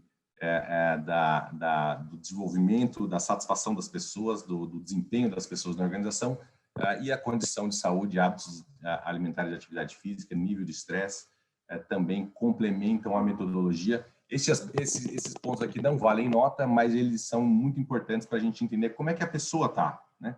A gente contrata capacidade de trabalho, a gente contrata conhecimento, competência das pessoas, né, e desenvolve também, mas a gente precisa olhar para a saúde física e psicológica, para a saúde financeira, os aspectos motivacionais da pessoa, né, o que ela traz consigo para dentro do nosso ambiente de trabalho. Depois eu tenho uma representação, vocês vão ter acesso a esse material, mas aqui é só para resumir como é que a pesquisa acontece. A gente está no momento das inscrições aqui agora. Existe um atendimento tanto para os funcionários respondentes quanto para as empresas para poder preencherem esses processos. Tudo isso aqui vai ser processado, vai ser feito lá no mês de julho uma verificação das inconsistências para que as empresas que passarem para a segunda fase passem pelo processo de auditoria, tá? Para que finalmente a gente chegue aqui nos Lugares Incríveis de 2021 e daí o nosso evento, publicação de conteúdo lá na página, né, você entra lá no UOL Economia, Lugares Incríveis para Trabalhar, os eventos de conteúdo como esse que a gente está promovendo hoje, o portal lá o conjunto de notícias que sai no UOL, a possibilidade de vocês receberem a certificação para que atingir 75% de pontos de clima organizacional e o acesso às informações gratuitas ou o extrato pago. E para fechar aqui, antes de passar para o Daniel para a gente falar sobre o processo de pesquisa, né, por que participar da FEX? Né, por que ela é diferente e por que é interessante a gente ingressar nessa pesquisa, que é ali uma competição entre as organizações. Primeiro tem uma questão de valorização da marca empregadora, né? Os Lugares Incríveis recebem uma matéria exclusiva no UOL, gratuito também, né? A inscrição é gratuita, a participação é gratuita. Os nossos estudos mostram que as empresas que estão entre os 100 Lugares Incríveis têm um retorno sobre patrimônio líquido sensivelmente maior em relação às não classificadas, tá? E, por que não dizer, em relação ao mercado como um todo. O aprendizado da organização com o contato com a metodologia, os aspectos internos, né, de poder de retenção, né, o turnover ele se reduz bastante entre os Lugares Incríveis e a nossa proposta de valor da organização fica mais clara também, né, mais fácil comunicar para o mercado, nosso Employee Value Proposition, para dizer para o mercado e para os nossos funcionários também que nós estamos trabalhando dentro de um lugar incrível. É um grande projeto que coloca a organização em contato com os dirigentes, né, a área de gestão de pessoas em contato com os dirigentes, e depois a possibilidade de fazer o uso aqui das informações para a tomada de decisão. Ou seja, rapidamente falando de uma visão macro da participação na pesquisa. Passo a bola para o Daniel concluir conosco os processos de gestão. Eu vi que tinha uma pergunta aqui, não sei se foi respondida já por escrito, o que quer dizer LIPT? LIPT são os lugares incríveis para se trabalhar, tá? Só para ficar um pouco mais curto, que a gente utiliza nos nossos materiais.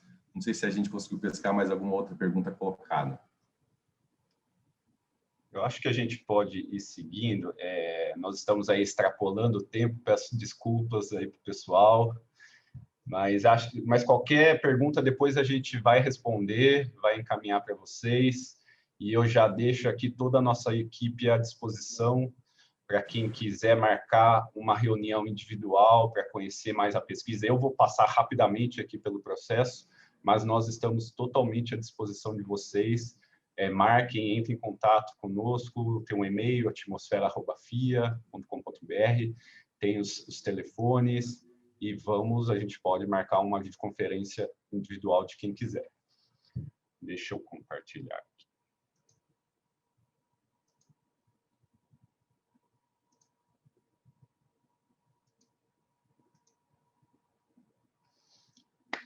Ok, então vamos lá. Então a ideia agora é falar rapidamente, que nosso tempo está bem escasso, sobre o funcionamento da pesquisa. Primeira questão, justamente quem pode participar. É muito simples. Se sua organização tem 50 funcionários, você está apto a participar da nossa pesquisa. E quem que nós consideramos funcionários? Né? Todos que são CLTs, estagiários, associados, principalmente quando nós pensamos aí as organizações, as empresas de consultoria e advocacias, e PJs que são dedicados a essa organização. Depois a gente pode conversar com empresas que tenham PJs e queiram participar. Não entram na pesquisa serviços terceirizados e jovens aprendizes. Ok? Lembrando, mais uma vez, participação totalmente gratuita, não precisa desembolsar nada para participar da pesquisa, tanto o selo de premiação dos lugares incríveis para trabalhar, quanto o nosso certificado FIA de qualidade do ambiente de trabalho, totalmente gratuitos. Cronograma da iniciativa. Então, as inscrições já estão abertas desde fevereiro, elas vão até o dia 15 de junho. Mas a data mais importante é a data final de coleta das informações, que é a data de 30 de junho. Então, fechou 30 de junho, não entra mais nenhum dado no nosso sistema, nem de funcionário e nem dos RHs. A partir de julho, todas as empresas que participaram vão receber acesso à nossa plataforma Atmosfera para ver os resultados de clima. Primeiro vão ser liberados os resultados de clima a partir de julho. Por que tem aí esse asterisco abril? Algumas organizações que nos sinalizarem que vão utilizar a nossa iniciativa como uma ferramenta de gestão, que podem adquirir os acessos mais completos, elas poderão fechar a coleta dos funcionários antecipadamente. Então, vai chegar no dia 15 de maio, a empresa entra em contato conosco e fala: Daniel, eu já fiz a coleta de dados, já atingi minha participação.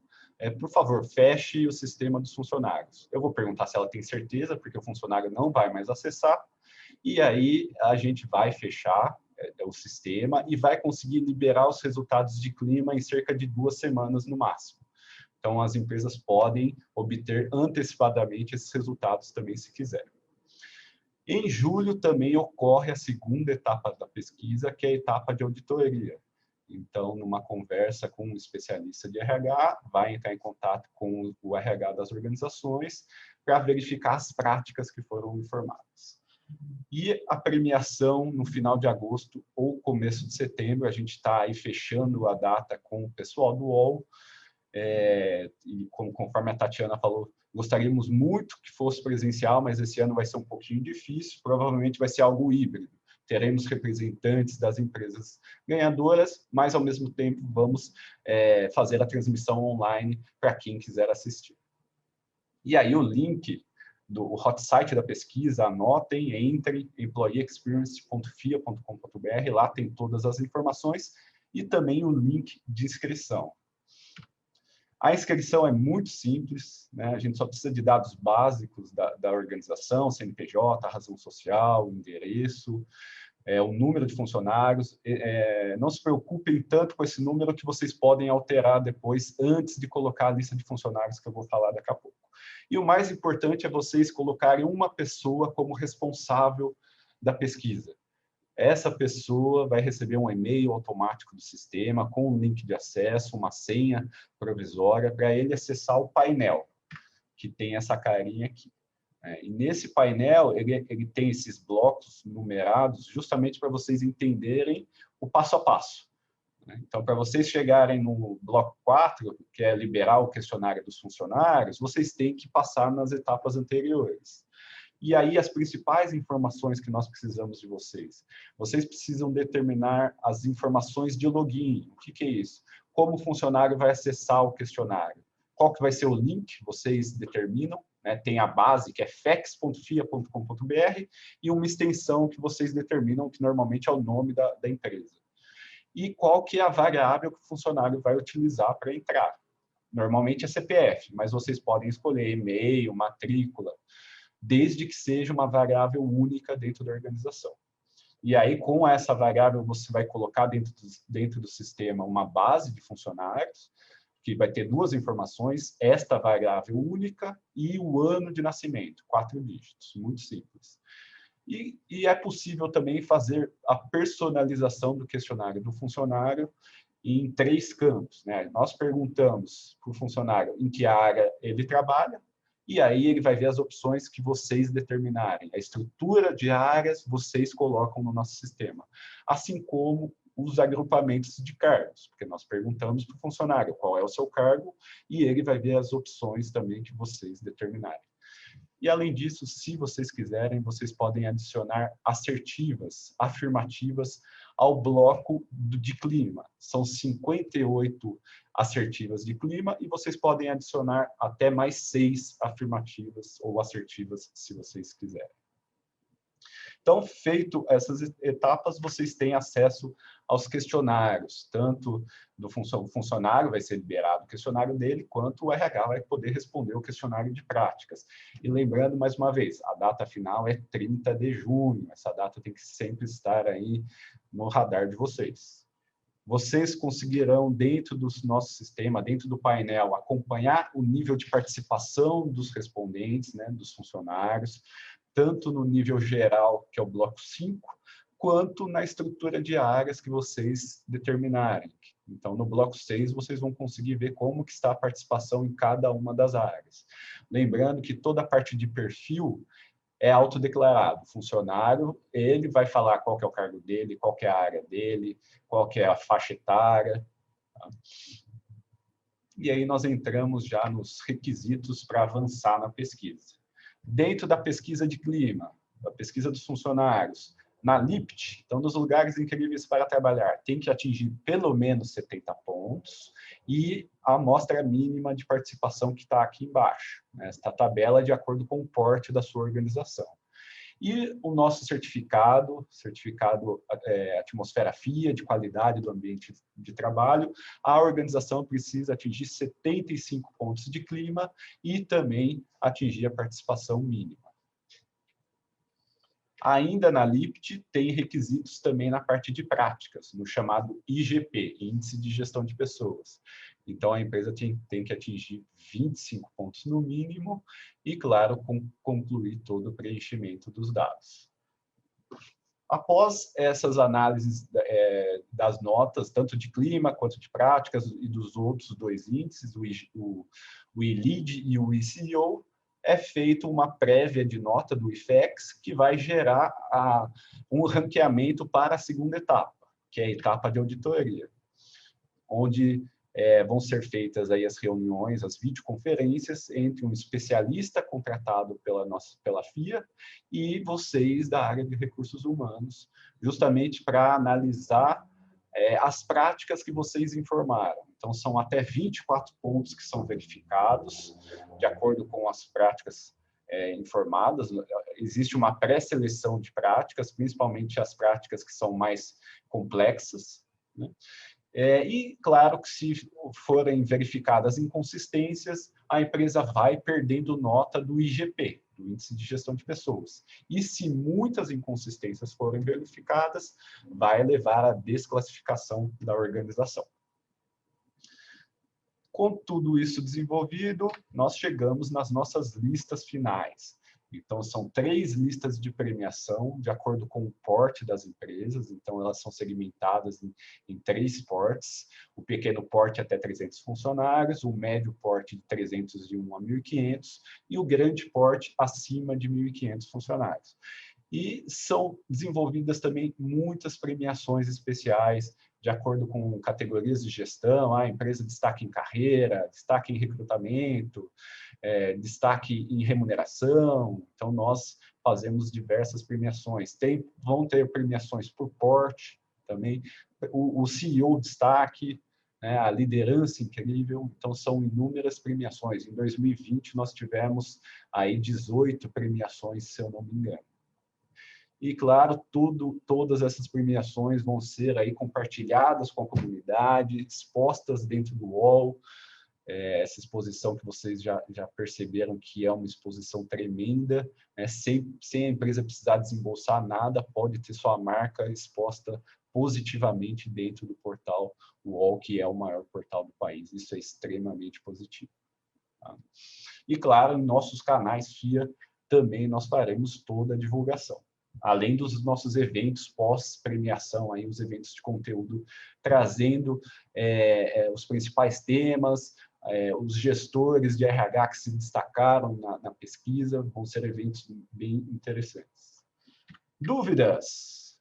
Corri aqui, porque nós já estamos com o nosso tempo esgotado.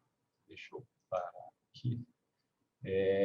Eu não vou nem entrar, tem uma parte muito importante para nós, que é justamente o que vocês podem ter de acesso em termos de resultados, mas como a gente já está bem avançado aqui no tempo, eu vou pedir para vocês falarem se tem algumas dúvidas, qualquer dúvida sobre o processo da pesquisa. Convido mais uma vez para vocês entrarem em contato conosco, com a nossa equipe, para a gente marcar reuniões individuais com as empresas, com vocês. Acho que não temos dúvidas. Deixa eu só compartilhar aqui. Então, para finalizar. Tem uma pergunta a respeito do planejamento estratégico de RH, Daniel. Pois não. Qual que é a pergunta, professor? Quer saber se pode ser feito depois da realização da pesquisa. Tá, eu vou falar rapidinho, então, justamente desse pós-pesquisa, do uso gerencial dessas informações. Existe uma parte gratuita que vocês podem acessar, e ela é extremamente significativa, não é pouca coisa que nós liberamos gratuitamente. Podemos, inclusive, fazer uma apresentação gratuita também para vocês entenderem como utilizar a ferramenta e dar uma olhada nesse resultado geral de vocês, tanto de clima, né, para vocês entenderem como que funciona aí esse diagnóstico de clima. E, claro, vocês podem investir no detalhamento desses resultados, acessar as variáveis, os filtros dos resultados, sejam áreas, cargos, tempo de casa. O nosso portfólio de serviços, né, de produtos, tem o sistema de gestão de clima, que é dividido em diferentes tipos de acesso, depois a gente pode conversar com vocês individualmente.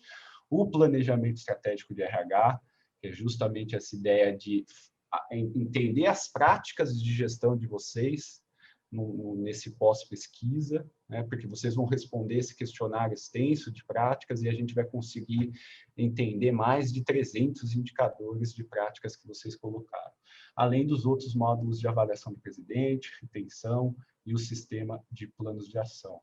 Só para vocês visualizarem, essa é a cara do sistema, essa é a parte de clima, os acessos gratuitos que vocês têm. Essa página, essa tela é justamente o acesso gratuito, onde vocês vão conseguir ter acesso aos temas de clima aqui, e vocês vão conseguir abrir as assertivas de cada um dos temas, o resultado médio da organização, o resultado da referência e o gap. E o gap que foi estabelecido, e é justamente no gap que vocês precisam fazer o diagnóstico, não é no resultado absoluto de vocês. Depois a gente pode conversar um pouquinho mais do porquê disso. E vocês podem estar investindo justamente no campo aqui, que está aqui em cima, à esquerda, de filtros. Aqui, exemplo dos filtros internos, que é justamente toda a parte de perfil dos funcionários. A principal delas é a primeira variável aqui, que são as áreas, e vocês podem ter acesso aos resultados por cargo, por tempo de casa, por escolaridade. Tem esse primeiro bloco que a gente chama aí de bloco padrão, mas existem blocos especiais que nós perguntamos para os funcionários. Então, tem o bloco de diversidade. De repente, esse é um tema que vocês estão tratando dentro da organização e não tem tanta informação sobre isso. A gente vai aqui nesse tema mais sensível, perguntamos qual que é a cor / raça do funcionário, orientação sexual e assim por diante. O bloco aqui de liderança, entendendo um pouco mais a percepção do funcionário sobre a sua gestão imediata, qual que é o estilo desse líder, como é que ele usa a ferramenta de feedback. Isso tem impacto profundo em clima e em produtividade. Saúde aqui embaixo, né? Saúde, principalmente estresse no trabalho, que é um tema hoje muito significativo também diante da pandemia. Então, a gente consegue medir como que o trabalho está afetando aí o nível de estresse das pessoas. E a gente passa um pouco sobre cultura da organização. Claro que não é uma pergunta específica de cultura, a gente não se aprofunda, mas são dados extremamente significativos quando a gente pergunta na visão do funcionário qual que é a cultura da organização, se ele está de acordo com essa cultura ou não. Isso a gente consegue desenvolver uma análise bem legal sobre a cultura e os impactos dessa percepção. E o planejamento estratégico de RH, o foco passa a ser as práticas de gestão, onde a gente passa aí numa parte mais estatística de práticas, comparando os referenciais, né, os 100 lugares incríveis, as empresas não classificadas. A gente traz também a percepção das pessoas para entender como que essas práticas estão atingindo, né, o público interno, e tem um bloco de satisfação com o serviço de RH, que o Matias já explicou, também faz parte também do planejamento estratégico de RH. Então, aqui nós fazemos o diagnóstico principalmente de duas maneiras. Entendendo gaps de práticas, ou seja, práticas que vocês, né, a empresa não desenvolve, mas quando eu vejo quem é a organização, o setor que ela atua, como que ela está organizada, eu vou falar, ó, essa prática faz sentido para vocês. De repente, vocês podem pensar em desenvolvê-la. E efetividade das práticas. Vocês falam que tem determinada prática, mas quando eu puxo a percepção do funcionário, isso não está tão legal assim. Então, tem algum problema, seja de comunicação somente ou não. A prática tem que ser toda revisitada. Aí a gente faz um workshop para debater esses resultados e conversar com vocês. Acho que a gente pode... E, além disso, tem um banco de práticas, de melhores práticas, é uma ferramenta aí de benchmarking. Quando eu falo, vocês não têm essa prática, seria interessante para vocês, eu trago também exemplos de como as empresas de destaque desenvolvem essa prática. E essa é uma ferramenta aí poderosíssima, esse benchmarking, para vocês entenderem e captarem aí exemplos para poderem aplicar internamente. Vamos lá. Vamos fechar? Que já extrapolamos muito aqui o nosso tempo. Professor? Tá fechado o microfone, professor. Ficou melhor agora.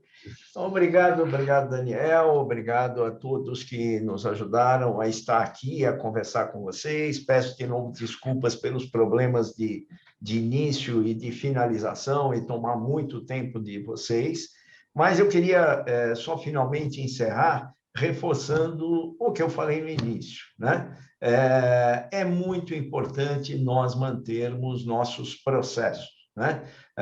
Mais do que nunca, as pessoas estão querendo conversar conosco. Mais do que nunca, as pessoas querem ter instrumentos de comunicação, querem perceber que estão sendo ouvidas e que estão sendo cuidadas, né?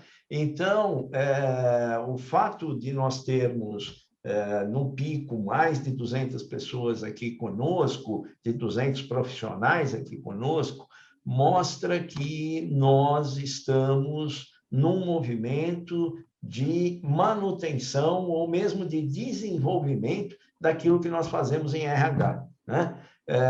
Participem, estejam conosco, mantenham a vida. A vida se mantém na medida em que nós realizamos os nossos projetos. Não vamos deixar os nossos projetos passar. Estamos aqui para apoiar a todos em tudo que for necessário. Um grande abraço a todos.